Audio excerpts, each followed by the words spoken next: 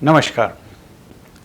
तो हमारा अगला चैप्टर है एल्जेब्रिक एक्सप्रेशंस।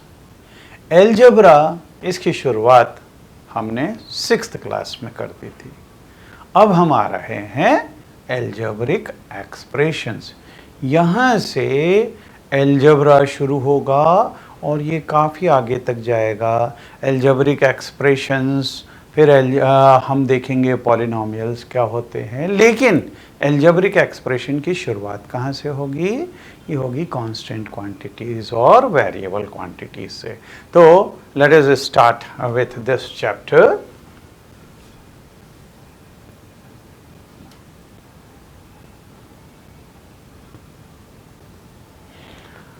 तो हम इसमें सबसे पहले देखेंगे कि दो टाइप की क्वांटिटीज होती है, टाइप्स ऑफ क्वांटिटीज। एक कांस्टेंट क्वांटिटी होती है, दूसरी वेरिएबल क्वांटिटी होती है। कांस्टेंट क्वांटिटी अगर हम जनरल लाइफ में देखें तो हाइट ऑफ द टेबल ये कांस्टेंट है, लेंथ ऑफ द टेबल ये भी कांस्टेंट है, ये बार बार चेंज नहीं होती है। आपके पेन की लेंथ वो भी कांस्टेंट है। पेन के अंदर जो रिफिल है या इंक भरी हुई है, अगर आप लिख रहे हो तो वो वेरिएबल हो जाएगी, और पेन ऐसे ही रखा हुआ है तो उसकी इंक कांस्टेंट है। ठीक है, ऐसे ही अगर हम देखें तो ये तो कांस्टेंट क्वांटिटी हुई। वेरिएबल के अंदर हमारी एज ये वेरिएबल क्वांटिटी है, हर पल हर क्षण ये चेंज हो रही है। सो दिस इज वेरिएबल क्वांटिटी। अगर कोई छोटा बच्चा देखें तो छोटे बच्चे की एज भी चेंज हो रही है, एज के साथ साथ उसकी हाइट चेंज हो रही है। हाइट अगर चेंज हो रही है तो उसका वेट भी चेंज हो रहा है। तो ये एज है, हाइट है, वेट है, ये सब वेरिएबल क्वांटिटीज हैं। ठीक है, कांस्टेंट क्वांटिटीज तो ये तो नंबर्स जो होते हैं वो कांस्टेंट है। कि अगर अपन ने टेबल की लेंथ देखी कि ये 4 फीट की है, 4 फीट है, और इसकी जो चौड़ाई है 2 फीट है, तो वो कांस्टेंट है ना। ऐसे हाइट भी उसकी कांस्टेंट है। तो जब नंबर्स लेते हैं, 2 है, 3 है, या हम √5 ले लें, ये सब नंबर्स दीज आर कांस्टेंट।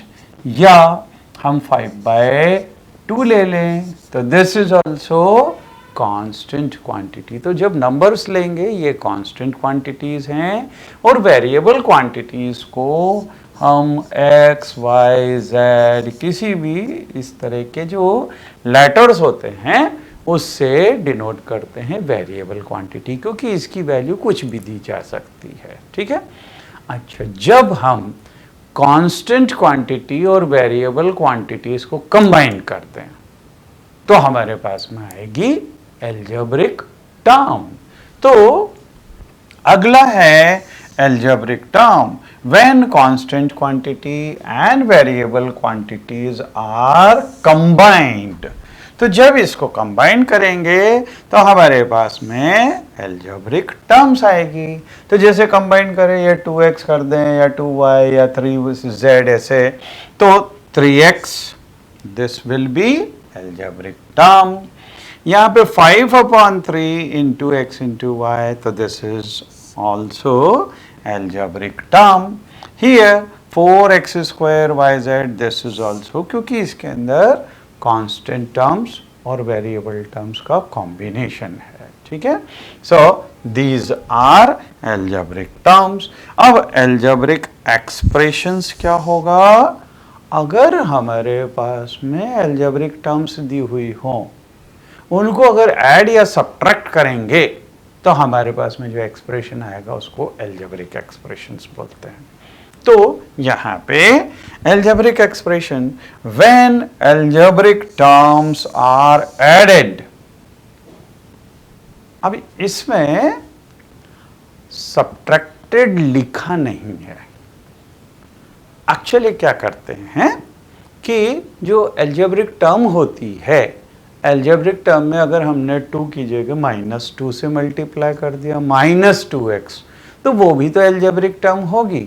लेकिन -2x को अगर 3y के साथ में ऐड किया तो वो क्या होगा, 3y - 2x होगा, लेकिन कहलाएगा क्या कि इनको ऐड किया हुआ है ना।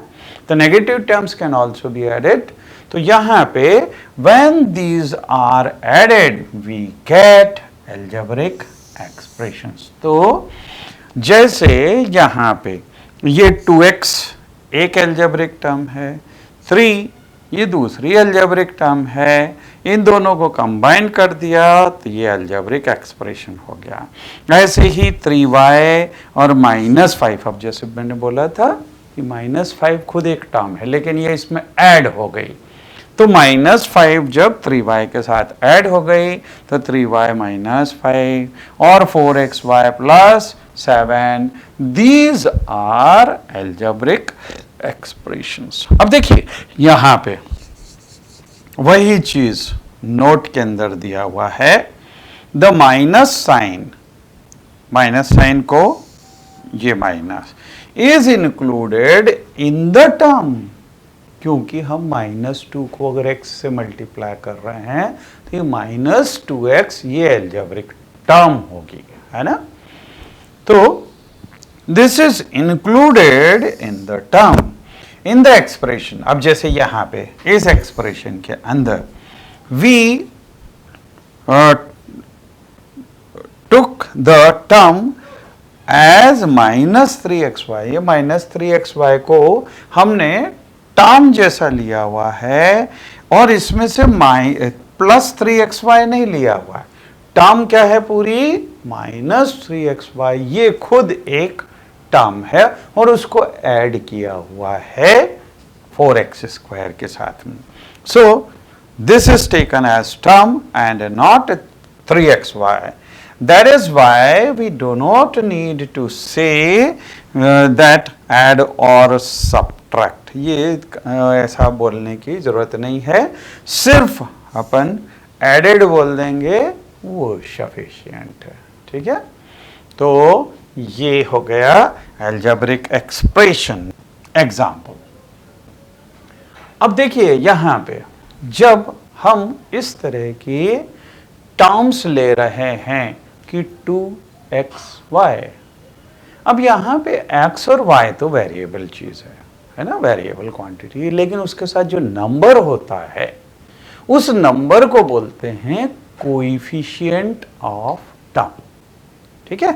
तो यहां पे देखें हम व्हाट आर द कोएफिशिएंट्स। अब यहां पे हमको कोएफिशिएंट्स देखने हैं x के इन द फॉलोइंग एक्सप्रेशन। तो यहां पे x के, सिर्फ x के वो देखने हैं coefficient. So in solution we can write first उसके अंदर 4x - 3y, इसके अंदर coefficient of x, coefficient of x, इसको शॉर्ट में लिखा है coefficient of x will be equal to, यहां पे कोएफिशिएंट ये x के साथ में किसका मल्टीप्लिकेशन किया हुआ नंबर का, 4, तो यहां पे coefficient of x will B 4। फिर दूसरा है minus, this is 8 - x - y, so next is 8 - x - y। इसके अंदर कोएफिशिएंट ऑफ x चाहिए हमको केवल, तो x के साथ में अगर यहाँ पे ये -x दिया हुआ है तो -x को हम लिख सकते हैं -1 × x भी लिख सकते हैं। तो यहाँ पे x का कोएफिशिएंट क्या हो जाएगा, -1, सो दिस विल बी -1, ठीक है। अच्छा, फिर अब ये अगला देखें, तो ये फर्स्ट हुआ, ये सेकंड हुआ, तीसरा ये है y² x - y, तो y² x - y। अब यहां पे अगर हम देखें कोएफिशिएंट ऑफ x, अब x के साथ में किसका मल्टीप्लिकेशन किया हुआ है? y स्क्वायर का, है ना। तो x के साथ में जिसका मल्टीप्लिकेशन है वो ही कोएफिशिएंट हो गया। तो यहां पे कोएफिशिएंट हो जाएगा y स्क्वायर, ठीक है। फिर अगला 2z माइनस 5x,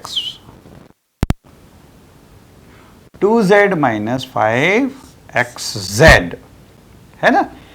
अब देखिए इसको क्या लिख सकते हैं? इसको हम लिख सकते हैं 2z और x के साथ में किसका मल्टीप्लिकेशन किया हुआ है? तो ये -5 को हम लिख सकते हैं प्लस ऑफ -5 और साथ में ये z का मल्टीप्लिकेशन भी है और इनटू x है।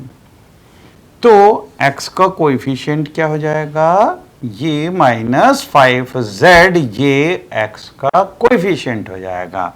तो कोएफिशिएंट ऑफ x क्या है यहाँ पे? -5z, -5z। This will be the coefficient of x, ठीक है। चलिए आगे देखें।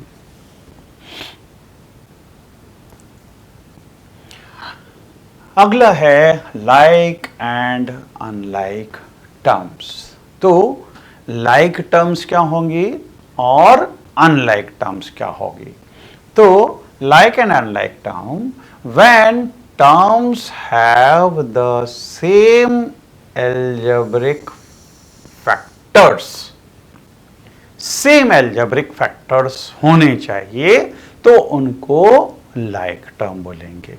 जैसे अगर हमारे पास में कोई नंबर दिया है 3x, फिर 5y, फिर दिया हुआ है सपोज xy और चौथी टर्म दी हुई है 5x, अब यहाँ पे 3x, उधर 5x, तो x वाली टर्म वो लाइक टर्म हो गई।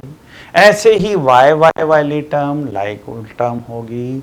लेकिन अगर xy और xy दिया हुआ है दो टर्म में तो वो लाइक टर्म्स होंगी, x और xy वाली टर्म लाइक टर्म्स नहीं होगी। अभी हम कुछ एग्जांपल्स और लेंगे इसमें। तो पहली चीज सेम अलजेब्रिक फैक्टर्स होना चाहिए, और अगर डिफरेंट अलजेब्रिक फैक्टर्स होंगे तो उसको अनलाइक टर्म बोलेंगे, ठीक है। अब इसको निकालने का तरीका क्या है? Steps to decide like terms and unlike terms. सबसे पहले हम क्या करेंगे लाइक टर्म्स और अनलाइक टर्म्स के लिए? Ignore the numerical coefficient. तो नंबर वाले जो कोएफिशिएंट्स है उसको तो छोड़ दो, है ना, उसको हमको देखना नहीं है। Concentrate on algebraic part of the term. Algebraic part मतलब जहां पे वेरिएबल्स हैं उनको हमारे को देखने का है, ठीक है। तो अलजेब्रिक पार्ट्स हम देखेंगे। फिर check the variables in the terms. Variables को देखेंगे हम, they must be the same. फिर next check the powers of each variable. तो यहाँ पे पावर्स भी देखेंगे कि x का स्क्वायर है या x का क्यूब है। तो अगर जैसे मान लो टर्म x स्क्वायर y दी हुई हो और दूसरी टर्म में x क्यूब y दिया हुआ हो, तो ये दोनों इक्वल टर्म नहीं होंगी, है ना, लाइक टर्म्स नहीं होंगी। ये इनकी पावर्स भी सेम होनी चाहिए।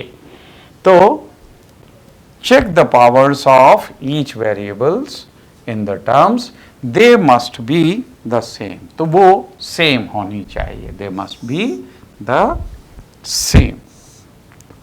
Note that in deciding the like terms, two things do not matter। पहला, the numerical coefficients of the term उससे कोई फर्क नहीं पड़ेगा। And the order of the terms in which the variables are written. तो यहां पे अगर कोई टर्म एक्स वाई दी हुई है और दूसरी लिखी हुई है वाई एक्स, तो ये दोनों ये लाइक टर्म्स होंगी, चाहे हम एक्स वाई लिखें या हम वाई एक्स लिखें। ऐसे ही अगर हम एक्स स्क्वायर वाई जेड लिखें या जेड वाई एक्स स्क्वायर लिखें, ये दोनों ही लाइक टर्म्स होगी। तो पावर्स सेम होना चाहिए और एल्जेब्रिक पार्ट भी उसके अंदर सेम होना चाहिए। ठीक है, चलिए आगे इसके ऊपर बेस्ड देखें question. In the following expressions 7x 14x minus 13x 5x square 7y 7xy minus 9y square minus 9x square and minus 5yx। अब ये हमको ये डिफरेंट टर्म्स दी हुई है और यहां पे अगर हम देखें कि लाइक टर्म्स कौन कौन सी हैं, तो देखिए यहां पे ये x, इधर ये x, इसमें x, इसमें x स्क्वायर है, पावर अलग हो गई है ना। इसमें x है लेकिन x के साथ में y दिया हुआ है। यहाँ पे y स्क्वायर है तो ये इसके साथ में मैच नहीं हो रही, x स्क्वायर वाली भी नहीं होगी, और फिर यहाँ पे xy दिया हुआ है। तो केवल ये तीन टर्म्स, तो देखिए ये 7x 14x और minus 13x, these are like terms, है ना। अब अगली देखें, यहां पे एक्स स्क्वायर, तो ये एक्स स्क्वायर है, फिर यहां पे ये एक्स स्क्वायर है, तो ये दोनों टर्म्स ये लाइक टर्म्स होंगी। तो देखिए 5x स्क्वायर और minus 9x square, these are like terms. ऐसे ही हम यहां पे अगर देखें कि यहां पे 7xy है और यहां पे 5yx है, हमने देखा था कि ऑर्डर से कोई फर्क नहीं पड़ेगा, है ना, ऑर्डर का कोई इफेक्ट नहीं होना चाहिए। तो यहां पे 7xy और minus 5yx, these are like terms. और इसके 7y, इसके लाइक टर्म कोई भी नहीं है इसके जैसी, ऐसे ही 9y स्क्वायर, इसके जैसी भी कोई टर्म नहीं। तो यहाँ से हम कॉन्सेप्ट समझ सकते हैं लाइक टर्म्स और अनलाइक टर्म्स का। ठीक है, चलिए आगे देखें। अब हम आते हैं monomial, binomial, trinomial and polynomial. ठीक है, अब मोनोमियल, सबसे पहले हमने एल्जेब्रिक एक्सप्रेशंस तो देख लिया है ना। एल्जेब्रिक एक्सप्रेशंस के अंदर दो टर्म भी हो सकती है, तीन भी हो सकती, चार भी हो सकती, कितनी भी number of terms algebraic expressions के अंदर ऐड की हुई हो सकती है। लेकिन अगर इसमें एक ही टर्म हो तब हम बोलेंगे मोनोमियल। तो मोनोमियल क्या होगा? Expressions that contains only one term, this will be called monomial. तो अब अगर हम एग्जाम्पल देखें तो ये 4x स्क्वायर एक ही टर्म है, 3xy टर्म एक ही है, माइनस 7z इसमें भी एक ही टर्म है, 5xy स्क्वायर इसमें भी एक ही टर्म है, 7y this is also having only one term. अगर सिर्फ -9 दिया हुआ है तो इसमें भी केवल एक ही टर्म है। ठीक है, and 82 MNP, so this is also having just one term, है ना। तो इनको सबको बोलेंगे मोनोमियल। मोनोमियल मतलब एक टर्म। अब अगर एक की जगह दो होंगी तो हम इसको बोलेंगे बाइनोमियल। ठीक है, तो now let us come to next one is binomial. Binomial means expressions that contains two terms. तो दो टर्म होगी तो बाइनोमियल बोलेंगे, तीन होगी तो ट्राइनोमियल बोलेंगे, है ना। तो आगे हम देखेंगे। तो examples of binomial,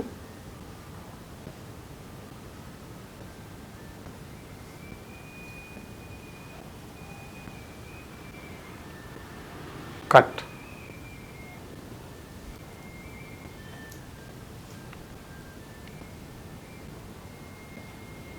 here it should be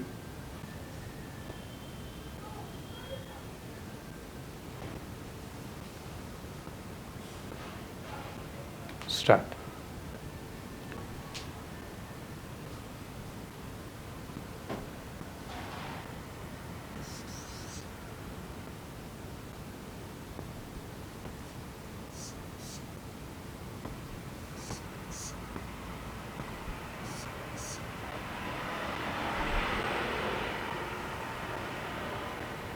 Now start. तो बाइनोमियल के एग्जाम्पल्स अगर हम देखें, इसके अंदर दो टर्म्स होनी चाहिए। तो अगर ये दो टर्म्स ली तो ये बाइनोमियल है, ये दो टर्म्स ली तो ये बाइनोमियल है, ये दो टर्म्स, और दो टर्म्स कोई सी भी ले सकते हैं तो वो बाइनोमियल होगा। लेकिन अगर तीन टर्म्स होगी तो वो ट्राइनोमियल होगा। जैसा कि हम अगले उसमें देखें, trinomial means an expression containing three terms is called trinomial. तो ट्राइनोमियल में ये देखिए एक दो तीन, तीन टर्म्स है, यहां पे भी इसके अंदर तीन टर्म्स है। अब अगर इसके अंदर और ज्यादा टर्म्स हो तो हम बोलेंगे पॉलिनोमियल, है ना। तो polynomial means an expression containing one और मोर टर्म्स विथ, अब देखिए यहां पे ये चीज बहुत जरूरी है, विथ नॉन जीरो कोएफिशिएंट्स। तो पहली चीज तो ये हो गई कि जो कोएफिशिएंट्स होने चाहिए उसको जीरो नहीं ले सकते, मतलब 0 इंटू एक्स नहीं ले सकते, नहीं तो वो तो जीरो ही हो जाएगा, है ना। 0 इंटू एक्स वाई ले लिया तो वो भी जीरो हो जाएगा। तो नॉन जीरो होना चाहिए, ठीक है। एक और with variable having non negative integers as exponent, this is most important thing. सबसे इंपॉर्टेंट है कि जो भी वेरिएबल्स होंगे उसकी पावर, मतलब चाहे x हो y हो, हम x स्क्वायर ले सकते हैं, y स्क्वायर ले सकते हैं, क्यूब ले सकते हैं। तो ये power with variable having non negative, पहली चीज तो ये नॉन नेगेटिव, और दूसरी चीज इंटीजर। अब देखिए इंटीजर्स क्या होते हैं, आपने पढ़ा हुआ है कि -3, -2, -1, 0, 1, 2, 3, इस तरह के ये इंटीजर्स होते हैं। लेकिन नॉन नेगेटिव मतलब ये वाले सब हट गए, ये नहीं ले सकते हम, 0 ले सकते हैं, 1, 2, 3 ले सकते हैं। और इंटीजर्स नॉट फ्रैक्शंस, मतलब x की पावर में हम -2, x to the power -2, y to the power -2 या 1/x², x to the power -2 का मतलब होता है 1/x², x to the power -3 का मतलब होता है 1/x³। तो 1/x² ये क्या होता है, ये x की पावर -2 होता है। तो इस तरह की टर्म्स नहीं होना चाहिए। ऐसे ही x to the power -3 mean this is 1/x³। तो ना तो ऐसी टर्म होनी, ना इस तरह की टर्म होनी, और ना ही -3 -2, और फ्रैक्शन में भी नहीं ले सकते हम पावर, इंटीजर होना चाहिए। तो यहां पे नॉन नेगेटिव, इसका मतलब x की पावर हम 1/2 या x की पावर 1/3 या x की पावर 2/5, इस तरह के नंबर्स या इस तरह की टर्म्स नहीं ले सकते। अगर ये आ गए तो वो पॉलिनॉमियल नहीं होगा।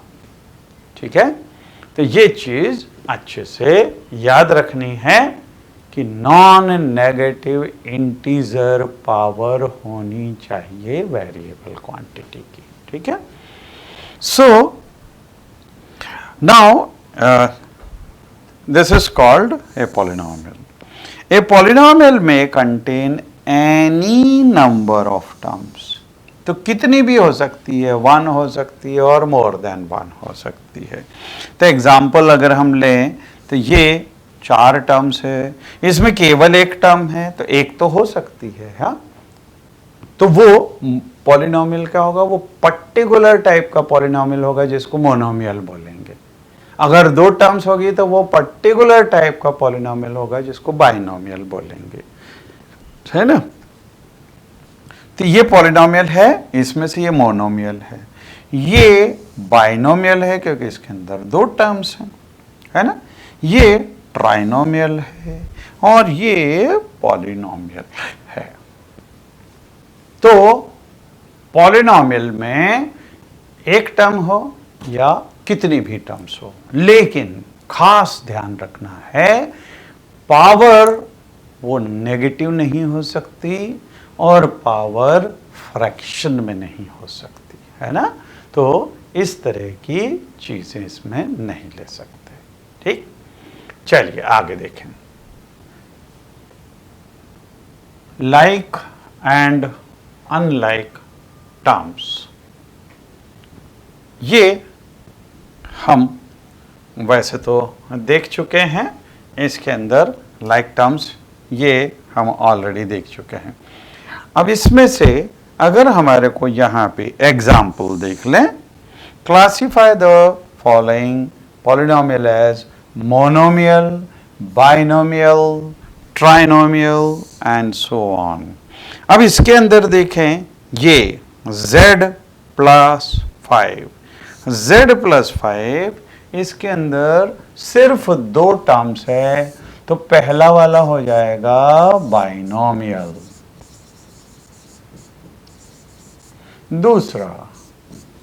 दूसरे में 1, 2 और 3 टर्म्स दी हुई है, तो सेकंड इज ट्राइनोमियल।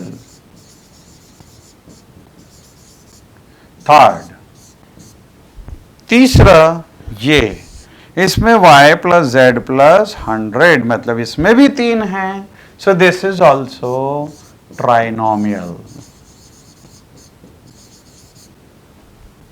अगले इसके अंदर 2 टर्म्स है, AB और -AC, so this one is, fourth one is binomial. And अब इसमें केवल एक ही टर्म है, so this will B monomial.